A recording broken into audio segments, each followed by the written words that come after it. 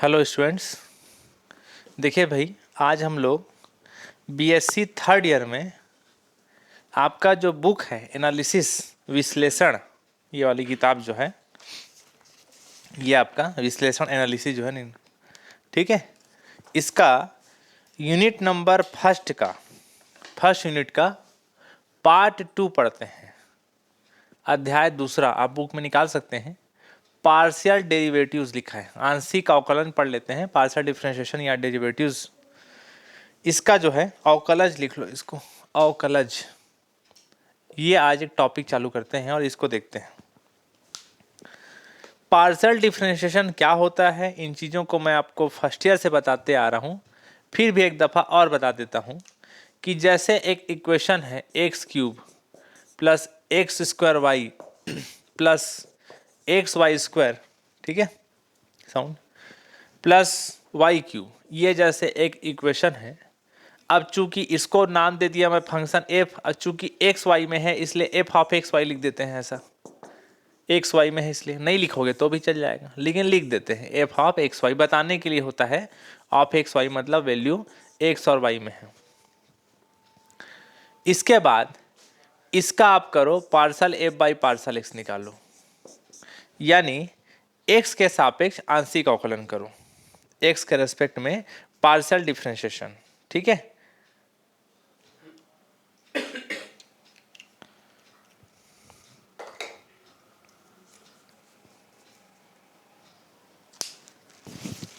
तो x के respect में पार्शियल डिफरेंशिएशन करते हैं, आंशिक अवकलन। इसको कई लोग डेल बोलते हैं, डेल नहीं बोलते हैं ना भाई, पार्शियल बोलते हैं, ठीक है। क्या बोलते हैं? पार्शियल। x के सापेक्ष आंशिक अवकलन करोगे कितना होगा बताइए? x के सापेक्ष, x के रेस्पेक्ट में कितना हो जाएगा? 3x स्क्वायर, ठीक। ये कितना हो जाएगा बताओ इसका? 2x, y कांस्टेंट रहेगा, इंटू में लिखाता है। x के सापेक्ष x का डिफरेंशिएशन 1 और क्या बच गया? y स्क्वायर कांस्टेंट, और ये वाई क्यूब का प्लस माइनस रहता है, कांस्टेंट हो, कितना हो जाता है बताओ? बोलो 0। ऐसा उसको लिखने की जरूरत नहीं है। फिर अगर आप इसको वाई के सापेक्ष करोगे आंशिक अवकलन, फिर आगे इसका किसके सापेक्ष? वाई के सापेक्ष। वाई के रेस्पेक्ट में करोगे पार्शियल डिफरेंशिएशन इसी का, तो वाई के रेस्पेक्ट में करोगे तो एक्स वाला कांस्टेंट हो गया, कितना हो जाएगा बताओ? बोलो 0। इसका करोगे डिफरेंशिएशन वाई के रेस्पेक्ट में, तो वाई का डिफरेंशिएशन हो गया 1 और 2x बच गया कांस्टेंट। इसका करोगे कितना हो जाएगा बताओ? बोलो 2y, ठीक। ये दोनों का इंटू होकर लिखाता है partial square f upon partial y और पार्सल एक्स, ऐसा, ठीक। और यहाँ पर कितना हो गया? 2x और 2y। ये पार्सल डिफरेंशिएशन है नॉर्मल तरीके से, जिसको हम 11th-12th क्लास से पढ़ते आ रहे हैं, ठीक। अब यहाँ सीखना क्या है उसको समझिए कि जैसे ये वाला पोर्शन, ये किसके सापेक्ष अवकलन हुआ? किसके सापेक्ष आंशिक अवकलन हुआ? एक्स के रेस्पेक्ट में, एक्स के सापेक्ष। तो इसी को बोलते हैं और एफ एक्स ऐसा बोलते हैं। नीचे छोटा सा एक्स लिखा होगा, मतलब समझ जाना ये जो है एक्स के सापेक्ष आंशिक अवकलन हुआ है। जैसे parcel f by parcel x को ऐसा भी लिखते हैं। आए समझ में? चूंकि फंक्शन एक्स वाई में था इसलिए ऑफ एक्स वाई लिखे, वो अलग चीज है, लेकिन नीचे में छोटा सा x लिखा है, मतलब x के सापेक्ष आंशिक अवकलन हुआ है, x के रेस्पेक्ट में पार्शियल डिफरेंशिएशन हुआ, उसको शो करेगा। आया समझ में? ठीक वैसे ही ये जो आपका लाइन आया है, ये वाला line parcel square f upon partial x square जो लाइन आया है, इसको 2x प्लस 2y आया ना, इसको जो है 2x प्लस 2y ना, ठीक। इसको आप बोलोगे एफ ऑफ वाई एक्स ना, पहले एक्स के रेस्पेक्ट में हुआ था, अब उसका वाई के सापेक्ष हुआ है, तो इसको आप बोलोगे एफ ऑफ वाई एक्स। और ऑफ एक्स वाई लिखने का मतलब है कि फंक्शन एफ एक्स में वाई एक्स में था या एक्स वाई में था। यहाँ जो लिखा हूँ, ये नीचे में छोटा सा वाई एक्स लिखा है, उसको समझ जाइए। नीचे में छोटा सा वाई एक्स लिखा है, इसका मतलब ये हुआ कि पहले एक्स के सापेक्ष हुआ था, देख लीजिए, फिर उसका किसके रेस्पेक्ट में किए, फिर दोबारा y के रेस्पेक्ट में किए। पहले x के रेस्पेक्ट में था डिफरेंशिएशन, दोबारा हम y के रेस्पेक्ट में किए। पहले x के रेस्पेक्ट में था, अब y के रेस्पेक्ट में किए हैं, तो yx ऐसा हुआ। बन जाएगा? समझिएगा चीज़ों को ना, आगे जाके इन चीज़ों का बहुत ज़्यादा इस्तेमाल करोगे आप, ठीक। वैसे ही आगे जैसे मैं और लिखूँ जैसे इन चीज़ों को थोड़ा सा अच्छे से यहाँ लिख के बताता हूँ आपको। एक और एग्जांपल लेके, समझ में आ रहा है ना, एक एग्जांपल और लेके बता रहा हूँ। जैसे आपको देखिए, लिखते जाइएगा कॉपी में इन चीज़ों को ना। आपको यहाँ से सीखना है एफ ऑफ एक्स क्या होता है, एफ ऑफ वाई क्या होता है, एफ ऑफ एक्स वाई क्या होता है, एफ ऑफ एक्स एक्स क्या होता है। इन चीज़ों को जब तक नहीं समझोगे तब तक क्वेश्चन बनाने में बहुत दिक्कत हो जाएगा। जैसे और एग्जांपल लिख समझते हैं। जैसे मैं एग्जांपल लिखा हूँ एफ ऑफ एक्स वाई, ऐसा इज इक्वल टू लिख दिया हूँ एक्स क्यूब प्लस लिख दिया हूँ एक्स स्क्वायर वाई और प्लस लिख दिया हूँ जैसे एक्स 3x वाई स्क्वायर और प्लस जैसे एग्जांपल है वाई क्यूब। ये एक एग्जांपल के तौर पर लिया हूँ। इसका जैसे मैं f का अवकलन किया किसके सापेक्ष, x के सापेक्ष, तो x के रेस्पेक्ट में डिफ्रेंशिएशन करोगे तो x के सापेक्ष अवकलन कितना हो जाएगा बताओ, बोलो 3x स्क्वायर। ऐसे ही होगा, x का रेस्पेक्ट डिफ्रेंशिएशन, पावर आता है सामने, पावर माइनस हुआ। इसका कितना हो जाएगा बताओ, बोलो 2x, y कांस्टेंट रहेगा। x के सापेक्ष करो तो 3 कांस्टेंट, ठीक। x का डिफ्रेंशिएशन 1 हुआ और y स्क्वायर कांस्टेंट, और ये कांस्टेंट का कितना हो जाएगा बताओ, बोलो 0। इसके बाद इसी को बोलते हैं एफ एक्स, ऐसा मतलब x के सापेक्ष अवकलन हुआ है, x के रेस्पेक्ट में डिफ्रेंशिएशन, और आप एक्स वाई लिख देते हैं इसी को चाहो तो, और ऐसा, ठीक। एक ही लाइन में लिख देता हूँ, नहीं तो आप कंफ्यूज हो जाओगे लिखने समय। इसी को ऐसा भी बोलते हैं, क्या बोलते हैं इसको, एफ ऑफ एक्स ऐसा बोलते हैं। ऐसा लिख लेना कॉपी में तो ज़्यादा अच्छा रहेगा। क्या क्या किए थे इसका, 3x स्क्वायर, इसका कितना किए थे 2x y कांस्टेंट, इसका कितना बचा था 3y स्क्वायर, और ये y कांस्टेंट पूरा x के सापेक्ष अवकलन हुआ था। तो ठीक ठीक वैसे ही अगर मैं f वाले फंक्शन का y के सापेक्ष करूँ अवकलन, किसके सापेक्ष, y के सापेक्ष अवकलन करूँ, y के रेस्पेक्ट में डिफ्रेंशिएशन करूँ तो कितना होगा बताइए। y के सापेक्ष करता हूँ, चलो बताओ। तो y के सापेक्ष यानी y के रेस्पेक्ट में डिफरेंशिएशन हुआ तो एफ वाई ऐसा नीचे लिखेंगे और ब्रैकेट में लिखते हैं ऑफ एक्स वाई, ऐसा, ठीक। बताइए इसका करोगे y के सापेक्ष अवकलन तो ये कांस्टेंट होकर पूरा 0 हो जाएगा। ये y का डिफरेंशिएशन 1 और x स्क्वायर कांस्टेंट बचेगा। y स्क्वायर का अवकलन करोगे 2 सामने आएगा, कितना हो 3 दूनी 6 एक्स वाई हो जाएगा, होगा। आगे बताइए इसका होगा y के सापेक्ष कितना हो जाएगा बताओ, बोलो 3y स्क्वायर, ऐसा हो जाएगा। क्लियर है, कोई डाउट नहीं, ठीक। अब इसके बाद देखिए, यहां तक क्लियर है। अब मैं जैसे आपको लिखता हूं partial square f upon partial y partial x, इसका मतलब क्या हुआ कि एक्स वाले टर्म का वाई के सापेक्ष अवकलन कर रहा हूं, समझिएगा। एक्स वाला parcel f by parcel x जो हो चुका था, मतलब ये वाला, इस टर्म का मैं किसके सापेक्ष करूंगा, वाई के सापेक्ष। तो इस टर्म का y के सापेक्ष करोगे y के रेस्पेक्ट में तो वही कहलाएगा f y x of x y, ऐसा। मतलब x वाला टर्म का, ये x वाले टर्म का, एफ एक्स वाले टर्म का y के रेस्पेक्ट में डिफरेंशिएशन हो रहा है। या ऐसे समझ सकते हैं जो फर्स्ट ईयर सेकंड ईयर से पढ़ रहे हो, parcel f by parcel x जो था उसका किसके सापेक्ष हो रहा है, y के सापेक्ष, y के रेस्पेक्ट में करूंगा तो बताइए इसका y के सापेक्ष करोगे कितना हो जाएगा बताओ। x वाला कांस्टेंट होकर 0 रहेगा, y के सापेक्ष करोगे y के रेस्पेक्ट में डिफरेंशिएशन करोगे तो y का डिफरेंशिएशन 1 और क्या बचेगा बताओ, बोलो 2x, और ये सामने आएगा 2 तो कितना हो जाएगा बताओ, बोलो 6y, ऐसा हो जाएगा। कोई दिक्कत नहीं, ठीक। आगे बताइए ऐसे ही अगर मैं ये लिखूं partial square f upon partial x partial y लिखूं, इसका मतलब क्या होगा कि y वाले टर्म का, मतलब इसका, इस टर्म का किसके सापेक्ष हो रहा है, x के सापेक्ष हो रहा है। इसी को लिखेंगे y वाले टर्म का x के सापेक्ष हो रहा है। y वाले टर्म का यानी इसका x के रेस्पेक्ट में डिफरेंशिएशन होगा और आप एक्स वाई लिख देते हैं ऐसा। तो y वाला टर्म ये है, इसका x के रेस्पेक्ट में करोगे डिफरेंशिएशन तो बताइए x के सापेक्ष कितना होगा इसका बताओ, बोलो 2x होगा, ठीक है ना, समझ में आ रहा है। और x के सापेक्ष करोगे तो यहाँ क्या बचेगा बताओ, बोलो 6y बचेगा, x का डिफरेंशिएशन 1 और x के सापेक्ष करो इसलिए पूरा एक कांस्टेंट हो गया, क्या रहेगा बताओ, बोलो 0। इस तरीके से होता है। आगे जैसे मैं और लिखता हूँ इसको भी बताइएगा।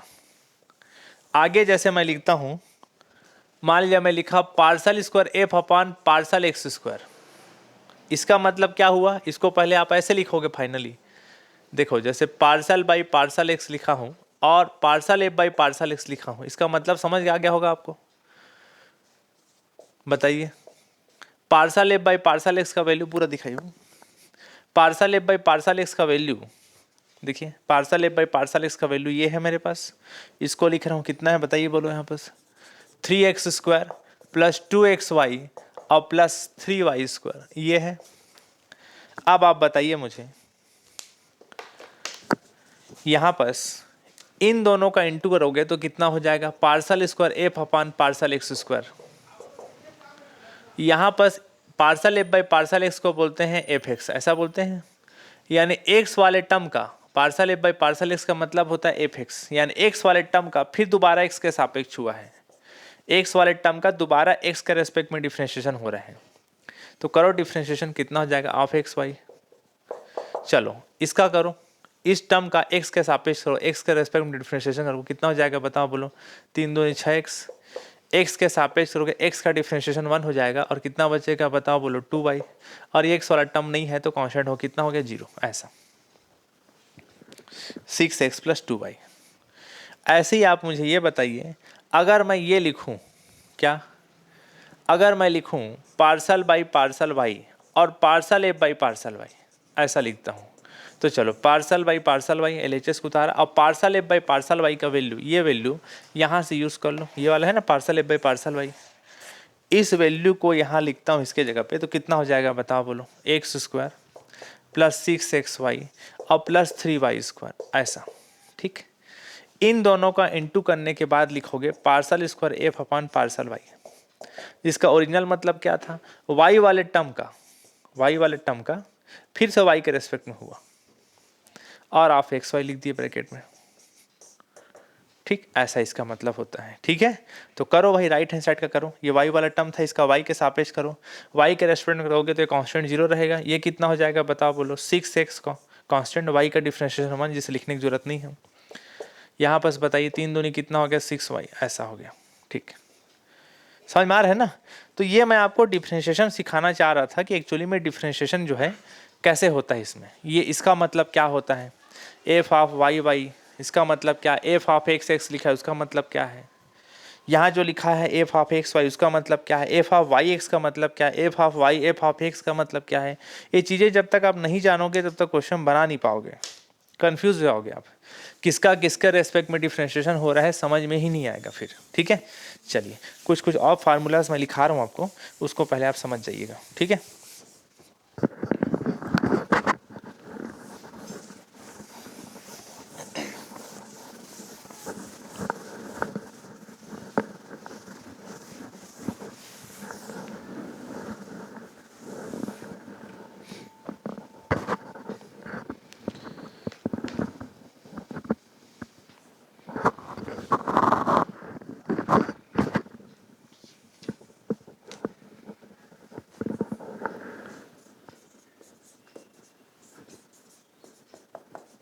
इतना बस को दिखाइए।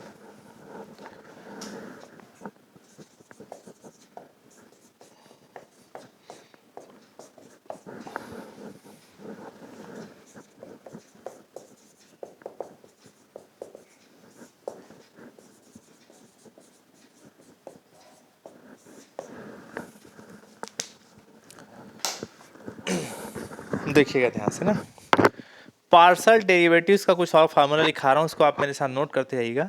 और सबसे बड़ी चीज़, बुक में तो दिया हुआ है सारी चीज़ें, आप समझिए कि लिखना कैसे है। देखिएगा ध्यान से, देखिएगा ना, पहले देख लीजिए उसके बाद लिखने का। एफ ऑफ ऐसे, एफ ऑफ ए बी है, पॉइंट ए बी लिया हूँ, बिंदु ए बी पे बना रहा हूँ उस वजह से, और यहाँ नीचे छोटा सा एक्स लिखा हूँ। समझिएगा, यहाँ नीचे एक्स लिखा है मतलब आप इसको आप अब इतना समझ गए होंगे कि ये एक्स के सापेक्ष अवकलन को शो करेगा, एक्स के रेस्पेक्ट में डिफरेंशिएशन को रिप्रेजेंट करेगा। तो जब एक्स के सापेक्ष होगा तो h टेंस टू 0 लिखा करना और नीचे h का भाग करना, ऐसा। अगर मैं एफ ऑफ वाई लिखूँ, ऐसा सॉरी एफ वाई लिखूँ, ठीक, और ऑफ ए बी करूँगा, y मतलब k करना, आप k क्या करना, k टेंस टू 0, ऐसा। एज के रेस्पेक्ट में डिफरेंशिएशन होगा तो अपॉन में नीचे एज और यहाँ लिमिट एज टेंस टू 0 लिखा करना। याद करनाने का तरीका हालांकि फार्मूला है, लेकिन मैं आपको याद हो जाए इस तरीके से पढ़ा रहा हूँ। y के रेस्पेक्ट में डिफ्रेंशिएशन हो जाए तो नीचे अपॉन k और k टेंस टू 0 ये लिखना। ठीक, तो देखिएगा ध्यान से। उसके बाद और क्या लिखना होता है, यहाँ x के सापेक्ष अवकलन हो रहा है, x के रेस्पेक्ट में डिफ्रेंशिएशन हो रहा है, तो x वाले टर्म में बढ़ोतरी रहेगा। मतलब समझिए, पहला x को भाई एफ ऑफ एक्स वाई जैसा रहता है ब्रैकेट में, तो पहला वाला x को रिप्रेजेंट करता है, फिर अल्पविराम डाल के b को लिखा हूँ, दूसरा वाला b को y को रिप्रेजेंट करता है, पहला वाला x को प्रदर्शित करता है, दूसरा वाला y को। तो देखो जब x के सापेक्ष अवकलन हो रहा है तो x वाले टर्म में बढ़ोतरी किया हूँ h, और y वाला टर्म जो है, y वाला टर्म मतलब b, y की जगह b है ना, उसमें वो कांस्टेंट है, रुका हुआ है, स्थिर है। इसका बताइए तो k टेंस टू 0 की y के सापेक्ष अवकलन है, तो इसको कैसे लिखोगे बताओ, बोलो एफ ऑफ a और b प्लस के और minus F of A b, ऐसा लिखोगे। देखो ना, y के सापेक्ष अवकलन है तो y वाले टर्म में बढ़ोतरी, x वाला टर्म कांस्टेंट है। क्लियर हो गया। अब इसके बाद देखो, जैसे मैं आगे लिखता हूँ फार्मूला और लिख रहा हूँ, जैसे मैं लिख रहा हूँ yx। ठीक, इसका मतलब मैं क्या बताया था बताइए, yx का मतलब है x वाले टर्म का, देखो इधर से अभी थोड़ा देर पहले समझाया था, x वाले टर्म का y के रेस्पेक्ट में डिफ्रेंशिएशन। समझिएगा, x वाले टर्म का y के रेस्पेक्ट में डिफ्रेंशिएशन, किसके रेस्पेक्ट में डिफ्रेंशिएशन अवकलन हो रहा है, y के सापेक्ष, y के सापेक्ष अवकलन हो रहा है, तो y वाला है, तो मैं आपको बोला था क्या लिखना है, लिमिट k टेंस टू 0 और अपॉन नीचे में k, ऐसा। क्लियर हो गया, कोई दिक्कत नहीं। लेकिन यहाँ कौन से टर्म का अवकलन करना है, x वाले टर्म का अवकलन करना है, इसलिए यहाँ पर आपको fx, और यहाँ जो भी लिखोगे, और यहाँ आपको fx लिखना पड़ेगा आपको, ऐसा। कोई दिक्कत नहीं। ये जो यहाँ लिखा है ना, ये वाला टर्म मतलब x के सापेक्ष, x वाले टर्म का अवकलन हो रहा है y के सापेक्ष। ठीक, तो x वाला टर्म का हो रहा है, इसलिए fx और fx आपको यहाँ लिखना पड़ेगा। किसके सापेक्ष हो रहा है अवकलन, y के सापेक्ष, y के रेस्पेक्ट में डिफरेंशिएशन हो रहा है, इसलिए आपको यहाँ पर क्या लिखना पड़ेगा, y के सापेक्ष अवकलन हो रहा है मतलब y में बढ़ोतरी, तो a कांस्टेंट, और y में बढ़ोतरी मतलब b प्लस के, आपको ऐसा लिखना रहता है। ठीक, इसमें क्या लिखूंगा, ये तो ए बी ही रहता है ऐसा। ये फार्मूला है सब ना भाई, मैं समझा रहा हूँ भले ही, लेकिन पूरा फार्मूला है। आगे चलिए और फार्मूलाज बनाते हैं। ठीक, आगे देखिए और फार्मूला बनाते हैं। जैसे मैं लिखता हूँ f of x y, f of क्या लिखूँ, x y of A b. इसका मतलब समझिए, इसका मतलब ये हुआ कि एक्स वाले टर्म का y के रेस्पेक्ट में डिफरेंशिएशन, सॉरी माफ कीजिएगा जी, उल्टा बोल दिया, y वाले टर्म का x के रेस्पेक्ट में डिफरेंशिएशन, y वाले टर्म का x के सापेक्ष अवकलन, ये इसका मतलब हुआ।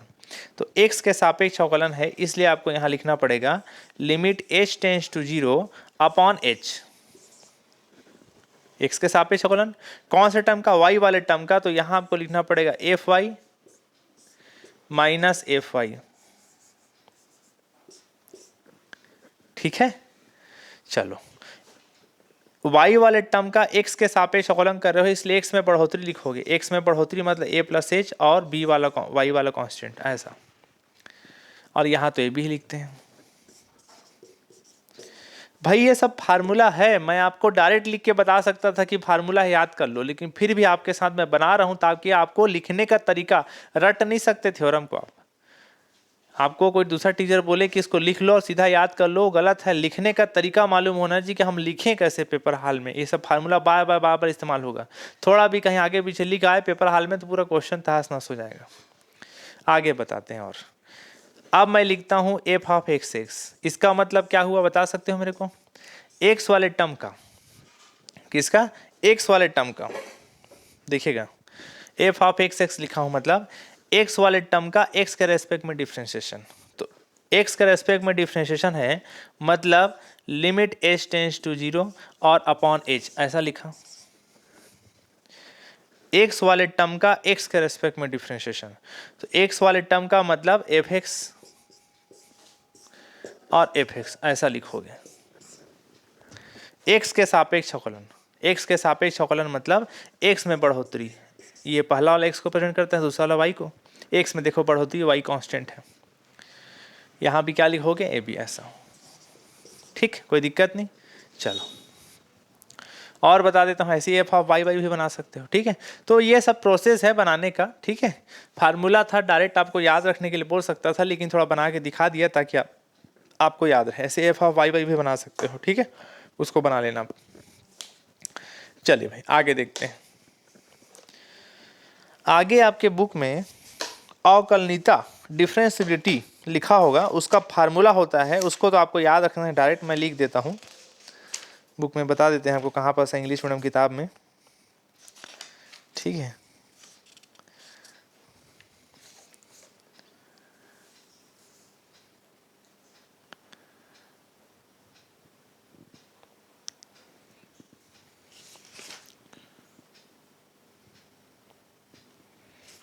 देख लीजिए, ये फार्मूलाज हैं,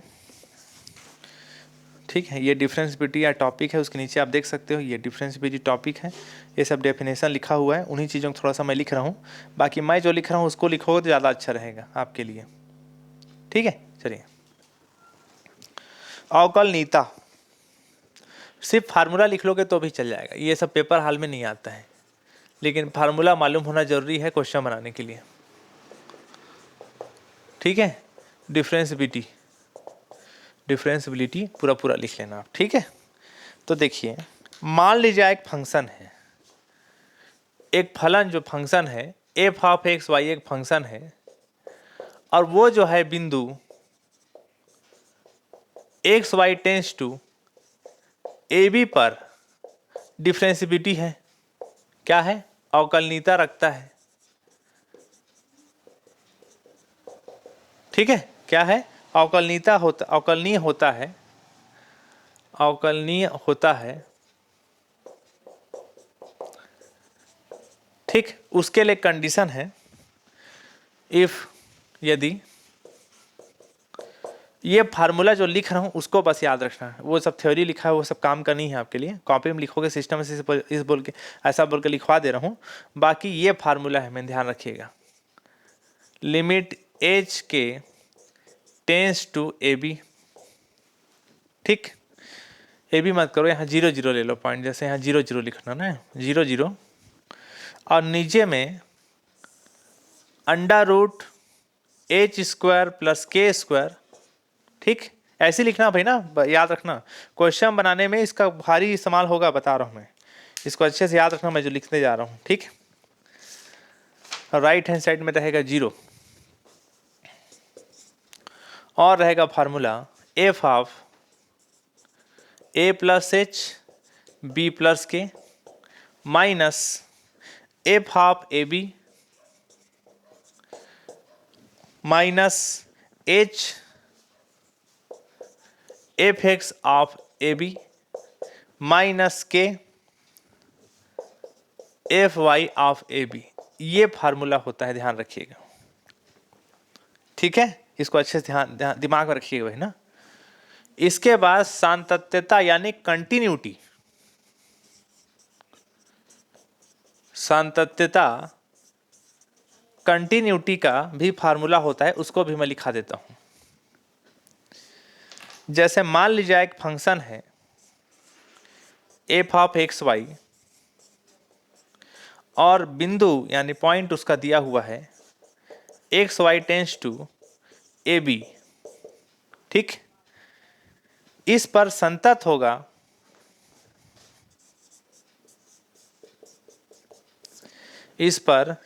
होता है यदि f of A plus H B plus k is equal to, और सामने में लिमिट एच के टेंस टू ए बी 0 0 लेते हैं, सॉरी 0 0, और राइट हैंड साइड में हो जाए एफ ऑफ ए बी। तो ध्यान रखिएगा, अगर कहीं ऐसा आ गया तो वही संतत कहलाएगा, ये डेफिनेशन है, फार्मूले के तौर से याद रखना इसको। इन दोनों को बार बार इस्तेमाल करोगे आप लोग, कंटिन्यूटी का, सॉरी डिफरेंशिएबिलिटी अवकलनीयता का ये फार्मूला, और सातत्यता कंटिन्यूटी का ये फार्मूला, ठीक। अब अपन कुछ क्वेश्चन की तरफ आगे बढ़ते हैं, लेकिन आप एक थ्योरम को पहले पढ़ लीजिए। थ्योरम क्या है उसको बता रहे हैं आपको। ये थ्योरम फर्स्ट ईयर में भी पढ़े हो, सेकेंड ईयर में भी पढ़े हो और इस साल फाइनल में भी पढ़ोगे। बस फर्क इतना है कि फर्स्ट ईयर और सेकेंड ईयर में सिर्फ और सिर्फ एक फंक्शन में पढ़ रहे थे, यहाँ पर दो फंक्शन एक्स वाई में पढ़ोगे। अगर मैं फार्मूला बोल रहा हूँ, प्रमेय लिख दूँ तो आपको याद आ जाएगा। मैं बुक में दिखा देता हूँ, लेकिन बनाइएगा मेरे जैसे, जैसा मैं आपको बता रहा हूँ तो आपके लिए बेहतर रहेगा। ठीक है, ये आपको मैं बता रहा हूँ कि कहाँ पर सही वाला। ये थ्योरम नंबर सेकंड है, देख लो आप। ये वाला जो है ना, ये 2.4 जो लिखा है सम थ्योरम्स है इसका थ्योरम नंबर सेकंड ज़्यादा इंपॉर्टेंट है। फर्स्ट को बना सकते हो, बनाना चाहो, लेकिन पहले सेकंड को बना लेना। देख लो ये वाला थ्योरम।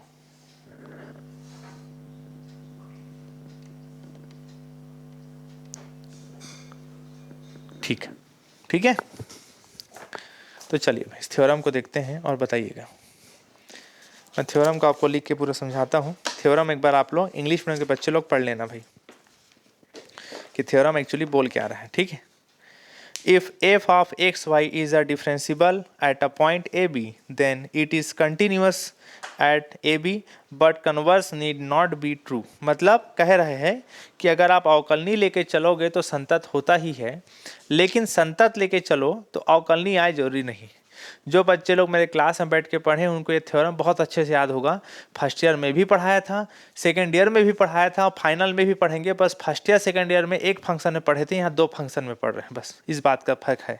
ठीक, प्रमेय को जैसे लिख रहा हूँ मैं, देखिए थ्योरम है। इंग्लिश मीडियम के बच्चे लोग बुक सामने रखिएगा ना, लिखा हुआ है फंक्शन कि यदि फलन एफ ऑफ एक्स वाई, यदि फलन एफ ऑफ एक्स वाई ये दिया है कि बिंदु ए बी पर पूर्णता अवकलनी है, बिंदु ए बी पर पूर्णता अवकलनी है,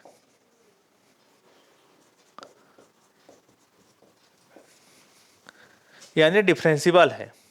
ठीक, तो यह ए बी पर संतत होगा, तो यह ए बी पर संतत होगा, संतत होता है। ठीक, कंटिन्यूअस होगा ही होगा। ठीक, परंतु विलोम सदैव सत्य नहीं, विलोम सदैव सत्य नहीं। ठीक है, यानी इस थ्योरम को बनाने के लिए आपको दो केस बनाना पड़ेगा। फर्स्ट केस में आप डिफरेंशिबल लेके चलोगे तो कंटिन्यूअस ला के दिखाना होगा कि अगर आप फर्स्ट केस में लेके चलते हो कि मान लीजिए कोई function F of x y है, वो कोई बिंदु पॉइंट ए बी पर डिफरेंशिबल फंक्शन है, अवकलनी फलन है, तो संतत यानी कंटिन्यूअस फंक्शन होना तय है। फिर केस नंबर सेकंड बनाना कि मैं कंटिन्यूअस देखो लेके चल रहा हूं और अवकलनी नहीं आएगा। समझ में आ रहा है मैं जो बोल रहा हूँ? मैं बार बार फिर चीज़ों को बोल रहा हूँ, थ्योरम एक बार पढ़िएगा। थ्योरम बस ये बोल रहा है कि डिफरेंशिबिलिटी फंक्शन लेके चलोगे तो कंटिन्यूअस फंक्शन आना तय है, अवकलनी फलन लेके चलोगे तो संतत आना तय है, लेकिन संतत लेके चलोगे तो अवकलनी आए जरूरी नहीं। यानी कंटिन्यूअस फंक्शन लेके चलोगे तो डिफरेंशिबल फंक्शन आ जाए ये जरूरी नहीं है। ठीक, तो देखिए दो केस में बनाऊंगा, केस नंबर फर्स्ट और case number second. Case number first में मैं डिफरेंशिबल लेके चलता हूँ और कंटिन्यूअस फंक्शन लाके दिखाऊंगा। ठीक, तो आप पहले एक ठो लिखो, थ्योरम है तो माना बोल के चलते हैं, पुट सपोज। ठीक है, या लेट करके लिखो, माना एक फलन है एफ ऑफ एक्स वाई, ये फंक्शन माना, और ये जो फंक्शन है ये बिंदु point x Y tends to A B पर अवकलनी है। क्या है? अवकलनी है। ये अपन लेके चलते हैं, डिफरेंशिबल फंक्शन है ऐसा लेके चलता हूं और चेक करता हूं कि कंटिन्यूअस फंक्शन आता है कि नहीं आता। जैसे थ्योरम में बोल रहे हैं ना कि डिफरेंशिबल फंक्शन लेके चलोगे तो कंटिन्यूअस फंक्शन आ ही जाएगा, उसको चेक करके देख लेते हैं कि थ्योरम बोल रहे हैं सही है कि गलत है। कि माना सपोज एक function F of x y ले लिया, वो इस पॉइंट पर अवकलनी है, डिफरेंशिबल फंक्शन लेके चल रहा हूँ। अब आप मुझे ये बताइए, अभी देखिए आप यहाँ अवकलनी फलन अगर आप लेके चलते हो तो डिफरेंशियल फंक्शन कोई फंक्शन है, मान लीजिए कोई function F of x y differential function है, तो उसका ये फार्मूला होता है, ये फार्मूला होता है। तो अगर आप यहाँ डिफरेंशियल फंक्शन लेके चल रहे हो, मतलब इतना को लेके चलोगे, और संतत लाना है, कंटिन्यूअस लाना है, मतलब इतना लाके दिखाना होगा। सीधी सी बात है, एकदम आसान सा चीज़ है। कॉन्सेप्ट को पकड़ोगे तो आसानी से बनता है। जब भी कोई थ्योरम आप बनाते हो, शुरू क्लास से बोल रहा हूँ मैं आपको, तब मैं आपको बोला हूँ कि आप क्या लेके चल रहे हो, थ्योरम में क्या लाना है। जब तक यदि दिमाग में नहीं है तब तक थ्योरम को लिख नहीं पाओगे। अगर आप अवकलनी फलन लेके चल रहे हो, डिफरेंशिएबिलिटी फंक्शन लेके चल रहे हो, मतलब इतना को लेके चलोगे पूरा, और संतत ला के दिखाना है, कंटिन्यूटी ला के दिखाना है, मतलब इतना ला के दिखाना है। सीधी सी बात। तो देखिए, डिफरेंशिएबिलिटी फंक्शन लेके चल रहा हूँ, मतलब उसको लेके चल रहा हूँ, उसको यहाँ यूज़ करूँगा। तो डायरेक्ट फार्मूला लेके चलता हूँ कि चूंकि आप डिफरेंशिएबिलिटी फंक्शन लेके चले हो, मतलब आप इतना लेके चल रहे हो, उसी को लिख रहा हूँ, एज के टेंस टू 0 0। ठीक, ऐसा क्या फार्मूला है उसको पूरा लिख रहा हूँ। राइट हैंड साइड में वैल्यू 0 होता है, अंडर रूट में एच स्क्वायर प्लस के स्क्वायर, और यहाँ पास F of A plus H B plus K minus F of A B minus H F X of A B minus K F Y of A B, ये होता है। आप differentiability बार बार बोल रहा हूँ, अगर आप डिफरेंशिएबिलिटी फंक्शन लेके चले हो, अवकलनी फलन लेके चल रहे हो, मतलब इसको लेके चल रहे हो, इसीलिए इसको लिखा हूँ। ठीक, अब देखिए इसको कैसे सॉल्व करता हूँ। ठीक, इसको भेजा पहले उस तरफ, इधर जाएगा और 0 के साथ टकरा खत्म हो जाएगा। नीचे वाला पोर्शन क्रॉस मल्टीप्लिकेशन इधर जाएगा, इधर जाके इंटू होके 0 हो जाएगा। तो क्या बचा फिर बताइए, लिमिट एच के टेंस टू 0 0। ठीक, और यहाँ पास F of A plus H B plus K minus F of A B, ठीक, minus H F X of A B और minus K F Y of A B is equal to 0। ये नीचे वाला portion इधर जाके 0 हो गया, इतना पोर्शन बच गया। अब इतना पोर्शन बचा है तो पूरे के लिए लिमिट है, ध्यान रखिएगा ना। ठीक, लिमिट एच के टेंस टू 0 0, इसका मतलब है एच भी 0 की ओर जा रहा है, के भी 0 की ओर जा रहा है, यानी एच का मैक्सिमम वैल्यू 0, के का मैक्सिमम वैल्यू 0 होगा, जिसको आप एच के की जगह रख सकते हो। तो एच और के जहां जहां पास है वहां रखता हूं लिमिट, एच की जगह 0 और के की जगह 0 रखता हूं। एच टेंस टू 0, के टेंस टू 0 लिखा है। फंक्शन के अंदर मत रख देना ना, ध्यान रखिएगा। फंक्शन के अंदर ए प्लस एच बी प्लस के है, यहाँ नहीं रखते हैं। फंक्शन के अंदर वैल्यू डायरेक्ट नहीं रखाता है जब तक कि फंक्शन को पूरा खोल ना दो आप। जैसे ए प्लस बी का होल स्क्वायर है, तो ए बी का वैल्यू डायरेक्ट आप रख नहीं सकते जब तक कि ए प्लस बी का होल स्क्वायर ओपन ना कर दो। ठीक वैसे ही फंक्शन के अंदर एच के में मत रख देना आप। जो बाहर है फंक्शन के एच और के, कम से कम यहाँ रखा जा सकता है। तो एच टेंस टू 0 और के टेंस टू 0, मतलब एच की जगह 0 और के की जगह 0, आप इन दोनों जगह पे रख सकते हो। तो चलो रखते हैं, बताइए। रखोगे तो यहाँ बच जाएगा, क्या बचेगा उसको बताइए। यहाँ तो वैसे ही रहेगा, लिमिट एच टेंस, क्या लिखा है, एच के टेंस टू 0 0। ठीक, यहाँ पर f of A plus h और बी प्लस के, और minus F of A b है। ठीक, यहाँ एच टेंस टू 0 रखोगे तो पूरा टर्म खत्म हो गया 0, ए के टेंस टू 0 रखोगे पूरा टर्म खत्म हो गया, 0 माइनस 0 खत्म, और राइट हैंड साइड में बच जाएगा बस 0। ऐसा कोई दिक्कत नहीं, बन जाएगा ना। यहाँ एच टेंस टू 0 रखो पूरा टर्म खत्म, यहाँ के टेंस टू 0 रखो पूरा टर्म खत्म, राइट हैंड साइड में 0 बच गया, और इतना पोर्शन बच गया। फंक्शन के अंदर एच के में नहीं रखते हैं ना, ध्यान रखना ऐसा। अब इन दोनों टर्म के लिए लिमिट है, ये जो लिमिट लिखा है इन दोनों फंक्शन के लिए है। तो दोनों के लिए लिमिट तोड़ोगे तो देखो फिर आगे बताइए, लिमिट एच के टेंस टू 0 0, एच के टेंस टू क्या रहेगा 0 0, और F of A plus h और बी प्लस के बचा है। इसके सामने लिमिट लिखने का कोई मतलब नहीं, क्योंकि भाई लिमिट मतलब क्या है, जिसमें एज के है उसी के लिए तो लिमिट शो होगा। जिसमें एज के है ही नहीं उसके सामने लिमिट लिखने का क्या मतलब, ये माइनस वाले को इधर ले जाओ और इधर जाके हो जाएगा प्लस ए बी। ऐसा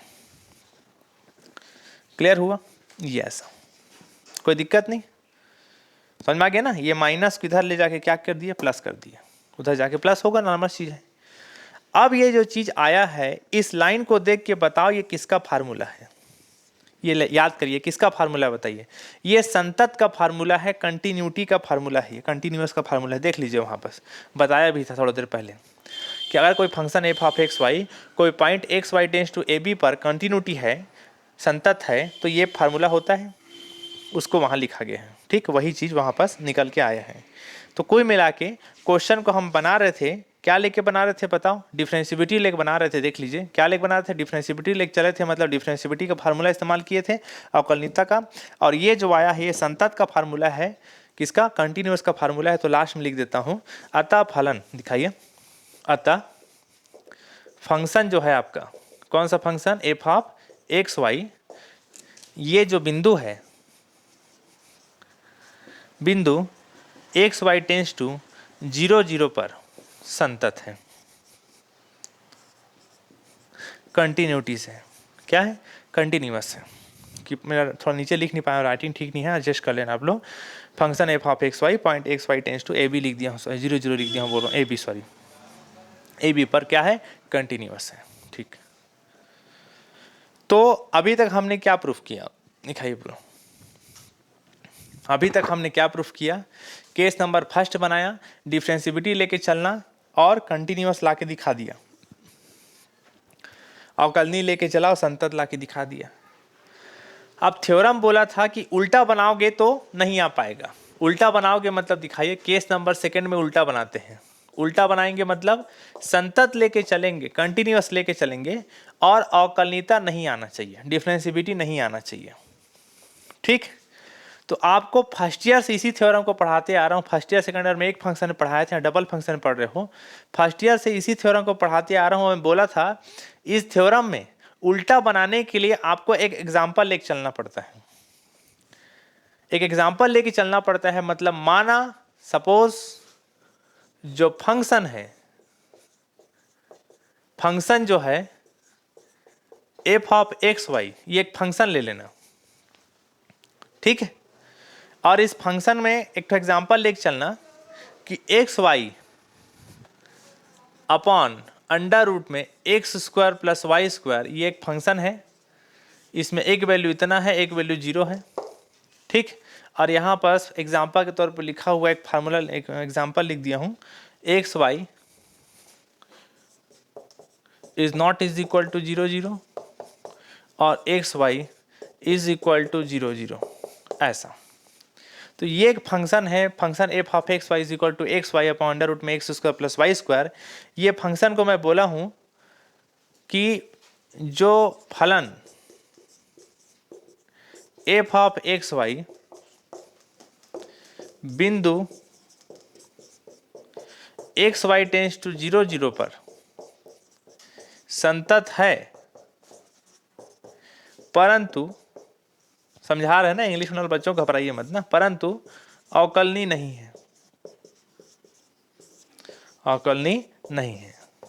मैंने क्या लिखा है उसको समझिए। मैंने ये लिखा है कि मैं उल्टा बनाने के लिए, केस नंबर सेकंड बनाने के लिए एक एग्जांपल ले लिया। एग्जाम्पल क्या लिया, F of x Y is equal to X Y upon under root में X square plus Y square, a condition पे, और F of x Y is equal to 0 इस कंडीशन पे। तो मैं बता रहा हूँ कि ये जो एग्जाम्पल लिखा हूँ, ये एग्जाम्पल कंटिन्यूअस तो है, संतत तो है, लेकिन डिफरेंशिबिलिटी नहीं है, अवकलनीय नहीं है। ऐसा मैंने इस एग्जाम्पल के बारे में लिखा है, और यही तो थ्योरम में प्रूफ करना था केस नंबर सेकंड में, कि कंटिन्यूअस लेके चलोगे, संतत लेके चलोगे तो अवकलनीय नहीं आना चाहिए, डिफरेंशिबिलिटी नहीं आना चाहिए। तो जो थ्योरम में प्रूफ करने को बोला था उसको तो मैंने डायरेक्ट लिख दिया, तो आपके लिख देने से हो नहीं जाएगा, उसको बना के दिखाओगे कि ये जो एग्जाम्पल लिखा हूं ये कंटिन्यूअस है, ऐसा पूरा मैं बना के दिखाने वाला हूं, लेकिन डिफरेंशिबिलिटी नहीं है, अवकलनीय नहीं है, ये भी मैं पूरा बना के दिखाऊंगा। मैं क्या बोल रहा हूं, मेरी बात को समझिए। मैं ये कह रहा हूं कि केस नंबर सेकंड में जो आपको प्रूफ करना था कि कोई function F of x y लेके चलोगे, वो कंटिन्यूअस अगर है तो जरूरी नहीं कि अवकलनीय हो जाए। संतत है तो जरूरी नहीं कि अवकलनीय हो जाए, डिफरेंशिएबिलिटी हो जाए। तो इसको प्रूफ करने के लिए एक एग्जांपल लेके चला हूं कि देखो ये जो एग्जांपल है, ये एग्जांपल जो है वो कंटिन्यूअस तो है लेकिन डिफरेंशिएबिलिटी नहीं है, संतत तो है लेकिन अवकलनीय नहीं है। तो यही चीज तो प्रूफ करना था। तो प्रूफ करना था, उस बात को आप यहाँ लिख दिए हो, तो आपके लिख देने से हो नहीं जाएगा, उसको बना के दिखाओगे कि देखो ये एग्जाम्पल को मैं बना के दिखाता हूँ, कंटिन्यूअस है, उसको बना के दिखाने वाला हूँ अभी। अब कंटिन्यूअस आएगा लेकिन इस एग्जाम्पल को जब चेक करूंगा अवकलनीयता, तो अवकलनीयता या डिफरेंशिएबिलिटी नहीं आएगा। आया समझ में जो मैं बात बोला? ठीक है, तो चलो क्या करना है, संतत है कि नहीं है ये चेक करना है, कंटिन्यूअस है कि नहीं है। तो इसीलिए मैं यहाँ करता हूँ सातत्यता टेस्ट, सातत्यता परीक्षण। इंग्लिश मीडियम वाला लिख लेना कंटिन्यूअस टेस्ट, कंटिन्यूटी टेस्ट। क्या लिख लेना? कंटिन्यूटी टेस्ट, ये लिख लेना। तो कंटिन्यूटी टेस्ट करता हूँ इस एग्जाम्पल जो लिखा हूँ कि देखो ये कंटिन्यूटी है। अब देखो संतत्यता चेक करने का फॉर्मेट जो फर्स्ट ईयर सेकंड ईयर पढ़े थे वो एक फंक्शन का था, ये पढ़ रहे हो डबल फंक्शन एक्स वाई में। तो इसको बनाने के लिए एक प्रोसेस है, उसको आप डायरेक्ट इसी में सीखो कि जैसे आपका फंक्शन है, फंक्शन क्या है? F of x Y. बिंदु क्या लिए हैं बताओ, बोलो? बिंदु लिए हैं एक्स वाई टेंस टू 0 0, यही बिंदु पे बना रहे हो, यही बिंदु है पॉइंट 0 0 पे। पर इसमें एक इक्वेशन लेते हैं, प्रथम उपागमन पथ बोलते हैं हिंदी में, आप इंग्लिश में वाले इक्वेशन लिख लेना बस। एक इक्वेशन ले रहे हैं, वो equation y is equal to m x है, ठीक? उपागमन पथ y is equal to m x लेने पर ध्यान रखिएगा, कभी भी आप कंटिन्यूटी टेस्ट करते हो थर्ड ईयर में, तो कंटिन्यूटी टेस्ट करने के लिए पहली बार प्रथम उपागमन पथ इंग्लिश में लिख लेना, सिंपल एक इक्वेशन लेते हैं y is equal to m x, यही लेना होता है हर कंटिन्यूटी टेस्ट में। इस बात का ध्यान रखेंगे आप लोग, जब भी कंटिन्यूटी टेस्ट कर रहे हैं तो इसी इक्वेशन को इस्तेमाल करते हैं, y की जगह एम एक्स रख देते हैं, जिसमें याद रखिएगा m एक कांस्टेंट नंबर है, कांस्टेंट बोल सकते हैं, अननोन पर्सन है। m क्या है? अननोन पर्सन, उसका वैल्यू मुझे नहीं मालूम। y is equal to m x एक ऐसा इक्वेशन लेते हैं जिसमें एक m अननोन पर्सन है, उसका वैल्यू क्या है वो मुझे नहीं मालूम। तो y is equal to m x को वैल्यू को फिर यहाँ रख के चेक करते हैं, ये बनाने का तरीका है, समझिएगा। Function F of x y point x Y tends to 0 0 पर एक इक्वेशन लिए, हिंदी मीडियम में उपागमन पथ लिख लेना, y is equal to m x लेने पर, और वहाँ y की जगह एम एक्स रखते हैं, ठीक? तो चलो भाई रखते हैं, बताइएगा, ठीक? एक क्वेश्चन है ना, पहला क्वेश्चन है कंटिन्यू टेस्ट करने वाला, इसलिए थोड़ा सा आपको सीखने में लगेगा, हड़बड़ाइएगा मत, घबराइएगा मत, और खूब सारे क्वेश्चन करेंगे तो प्रैक्टिस में आ जाएगा, ठीक? लिमिट एज के टेंस टू 0 0, ये आपको लिखना है, ठीक है? एज के ही ले रहे हैं ना, एज के मतलब एक्स वाई ले लो, एक्स वाई में बना रहे हो तो एक्स वाई में एक्स वाई टेंस टू 0 0 ले लो, ठीक है? X Y tends to 0 0, f of x Y is equal to, यहाँ भी लिखोगे limit x Y tends to 0 0, ये वाला पूरा हुआ हो उसी लाइन को, एफ ऑफ एक्स वाई का वैल्यू यहाँ से लिखो, यहाँ पास कितना, X Y upon under root में X square plus Y square, ऐसा। तो अब आगे बताइए, limit x Y tends to 0 0, ठीक? अब बताइए, ये x की जगह x उतारा हूँ, लिखिएगा मत, थोड़ा रुक जाइए ना।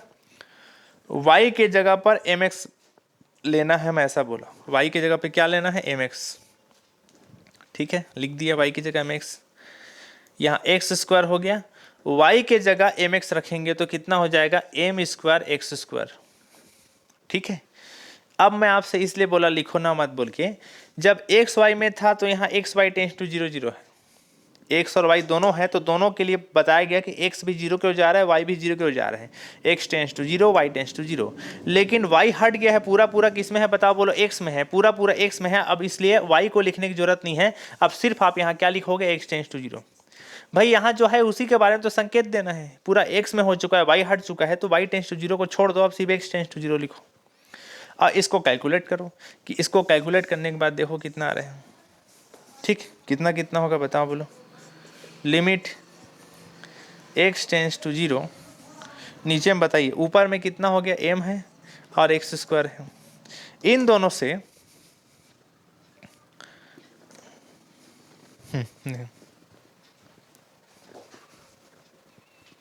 एक मिनट ना,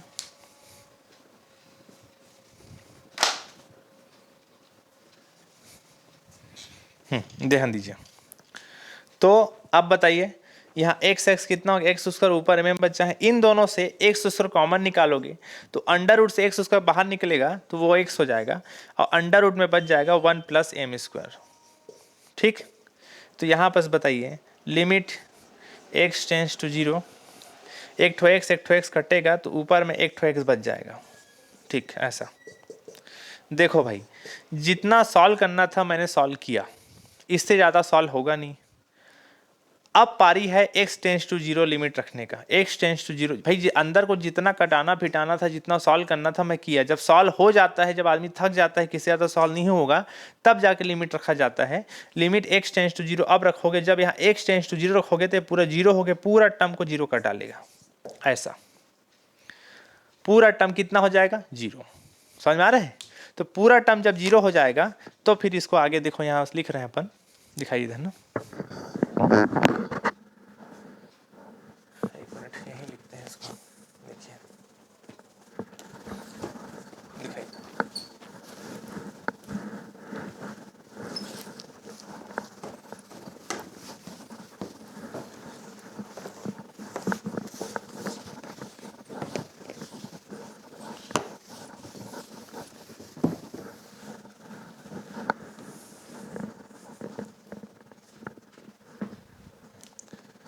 तो हमारा क्या चीज़ निकला उसको बताइए। हमारा अभी तक निकला कि limit xy tends to 0 0 f(x(y) का वैल्यू कितना निकला बताओ, बोलो 0।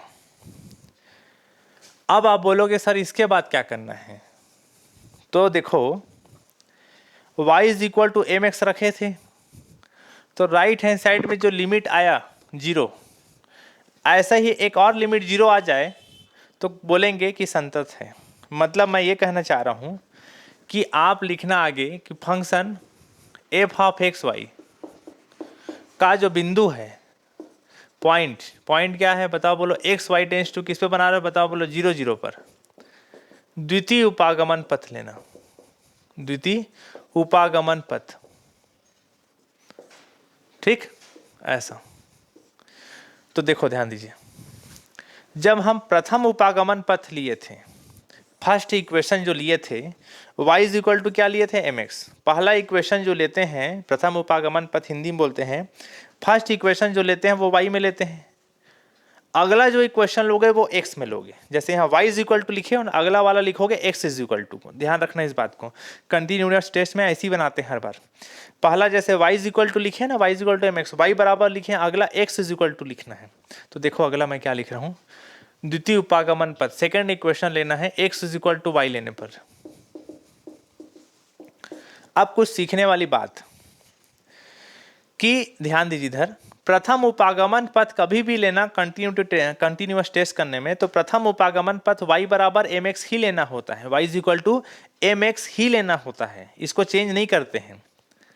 लेकिन देखिए सेकंड उपागमन पथ x बराबर जो लिया हूं y, ये इसको आपको हर क्वेश्चन में अलग अलग हो सकता है। अब आप बोलोगे सर कैसे पता चलेगा सेकंड उपागमन पथ, सेकंड इक्वेशन क्या लेना है, तो सेकंड इक्वेशन ऐसा लेना जो पहले इक्वेशन को सेटिस्फाइड कर पाए। मतलब कि पहला इक्वेशन लिए थे y = mx, तो लिमिट कितना आया था, 0। अगला यहाँ लिमिट जानबूझ के ऐसा लेना कि उसका भी लिमिट कितना हो जाए, 0। तो दोनों इक्वेशन पे लिमिट सेम सेम आता है, तो उसी को बोलते हैं कंटिन्यूअस है। क्या मैं बोला, फिर से सुन लीजिए। प्रथम वाला जो लिए हैं y = mx, जो इक्वेशन लिए हैं उसमें लिमिट रखने, y = mx रखे, वैल्यू कितना आ गया, 0। अगला उपागमन पथ, अगला इक्वेशन x = ऐसा कुछ लेना कि उसको रखने पर भी लिमिट कितना है बताओ, बोलो 0 आए। तो दोनों का लिमिट जब सेम सेम होता है तो उसी को बोलते हैं संतत है, कंटिन्यूअस है। समझ में आ रहा है? घबराइए मत, एक आध दो क्वेश्चन और बनाएंगे तो धीरे धीरे सब चीजें क्लियर होंगी। तो दूसरा वाला भी रखता हूं, तो पहले आपको यहाँ लिखना पड़ेगा limit xy tends to 0 0 f(x(y) is equal to limit xy tends to 0 0। ठीक, और f(x(y) का वैल्यू जो क्वेश्चन में दिया था, क्या दिया था क्वेश्चन में वैल्यू याद है, xy/√, में क्वेश्चन बोलते हैं जो एग्जांपल हम लोग लिए थे x² + y², इसी को लेना है। देख लो यहाँ पर लिखे हैं ये वाला, इसी को लेना है ये वाला। अब इसमें सेकंड इक्वेशन रखोगे आप, सेकेंड इक्वेशन जो है x is equal to y रखना है ना, इसमें x is equal to y लिख चल रहा हूँ, तो x की जगह y लिखोगे तो y हो गया, ये तो y पहले से है। अंडर रूट में x की जगह y लिखोगे तो y स्क्वायर, और ये कितना हो गया y स्क्वायर, ऐसा। अब आप मुझे बताइए, x y में था इसलिए limit x y tends to 0 लिखे थे, x भी 0 को जा रहा है, y भी 0 को जा रहा है। अब ये पूरा y में कन्वर्ट हो चुका है, पूरा y में कन्वर्ट हो चुका है, मतलब सिर्फ आपको y टेंस टू 0 लिखना पर्याप्त होगा। ठीक, तो आगे मुझे बताइए, यहाँ लिखोगे लिमिट y टेंस टू 0, ठीक, y कितना हो गया y स्क्वायर, अंडर रूट में कितना हो गया, ये अंडर रूट में कितना हो गया 2y स्क्वायर, ठीक।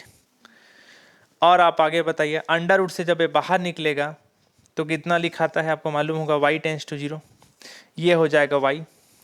अंडर रूट से बाहर निकलेगा तो y हो गया, अंडर रूट क्या बचा 2, और ऊपर y स्क्वायर है, सॉरी, एक ठो y कट जाएगा तो क्या बच जाएगा बताओ, बोलो, लिमिट y टेंस टू 0, और ऊपर में एक ठो y बच गया, नीचे में क्या बचा, अंडर रूट 2। जितना सॉल्व करना था पहले सॉल्व किया करो, उसके बाद लास्ट में लिमिट रखते हैं, याद रखिए, लिमिट लास्ट में पुट करते हैं। y टेंस टू 0 अब रखो यहाँ पर, तो y का 0 रखोगे तो पूरा टर्म कितना हो जाएगा 0, तो ये पूरा कितना हो गया 0, ऐसा। तो आपको क्या देखने को मिला कि सेकेंड जो बनाए x is equal to y रखें, उसमें भी लिमिट कितना आया 0। पहला वाला y is equal to m x रखे थे, उस पर भी लिमिट कितना है बताओ, बोलो 0। राइट हैंड साइड का वैल्यू को लिमिट बोलते हैं इसका, दोनों का लिमिट कितना आया 0। अगर दो दो इक्वेशन रखने के बावजूद प्रथम उपागमन पथ y is equal to m x तो एकदम कॉमन है, तो हर इक्वेशन में लेना ही है। सेकंड वाला x is equal to y अपने मन से सोचे ऐसा x is equal to y जानबूझ के लिया हूँ, y x is equal to y, ताकि लिमिट क्या हो सके 0, क्योंकि इस जो आप केस नंबर सेकंड बना रहे हैं उसमें हमको ये प्रूफ करा के दिखाना है कि ये जो फंक्शन है f एक्स वाई वो कंटिन्यूअस होना चाहिए, संततता होनी चाहिए। इसीलिए दोनों का लिमिट सेम सेम करने के चक्कर में मैं x is equal to y जानबूझ के दूसरा इक्वेशन लिया था, क्योंकि x is equal to y रखने पे 0 आता है। तो उसी को आप थ्योरी लिख लेना, सभी बच्चे लोग, हिंदी मीडियम वाले, इंग्लिश मीडियम वाले भी, मैं नहीं लिख रहा हूँ, उसको आप लिख लेना कि अतः फलन एफ ऑफ एक्स वाई बिंदु एक्स वाई टेंस टू 0 0 पर क्या है, संतत है, क्योंकि दोनों की सीमाएं क्या है, बराबर आ रही है। मैं रुको लिख देता हूँ, आप लोग कंफ्यूज हो जाओगे नहीं तो। यहाँ मैं लिख रहा हूँ ना, ध्यान रखिएगा।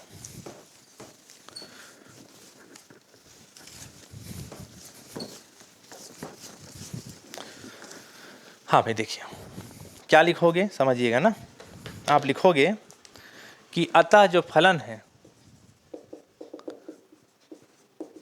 एफ ऑफ एक्स वाई, वो जो बिंदु लिए थे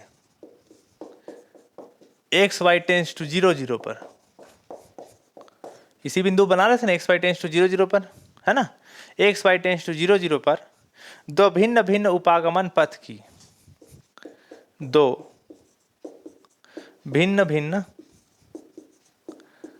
उपागमन पथ की सीमाएं समान है। ठीक, अतः ये क्या है बताओ, बोलो, समान है। अतः फलन, अतः जो आपका फलन है function F of x y, वो जो बिंदु है एक्स वाई टेंस टू 0 0 पर क्या है बताओ, बोलो, संतत है। एक्चुअली आपको पूरा पूरा लिखना चाहिए कि दोनों की सीमाएं विद्यमान है इसलिए संतत है, खैर उतना मत लिखिए आप, बस इतना लिखोगे तो भी चल जाएगा कि प्रथम उपागमन पथ, पहला इक्वेशन जो लिए थे y is equal to m x, उस पर भी लिमिट 0 आया, लिमिट 0 है मतलब विद्यमान है। इस चीज़ का थोड़ा ध्यान रखिएगा, मैं कुछ अलग चीज़ें बता रहा हूँ, जैसे एक फंक्शन एफ ऑफ एक्स है, यहाँ जो भी लिमिट दिया है, मान लिया लिमिट एक्स टेंस टू 10 या 2 जो भी दिया है, और राइट हैंड साइड में मान लिया 10 या 0 कुछ भी है, इसको बोलते हैं फंक्शन, इसको बोलते हैं बिंदु पॉइंट, और इसको बोलते हैं लिमिट। इसको क्या बोलते हैं, फंक्शन, इसको पॉइंट बिंदु, और इसको क्या बोलते हैं, लिमिट। राइट हैंड साइड में अगर लिमिट इन्फिनिटिव आया मतलब ये विद्यमान ही नहीं है, एग्जिस्ट नहीं कर रहा है।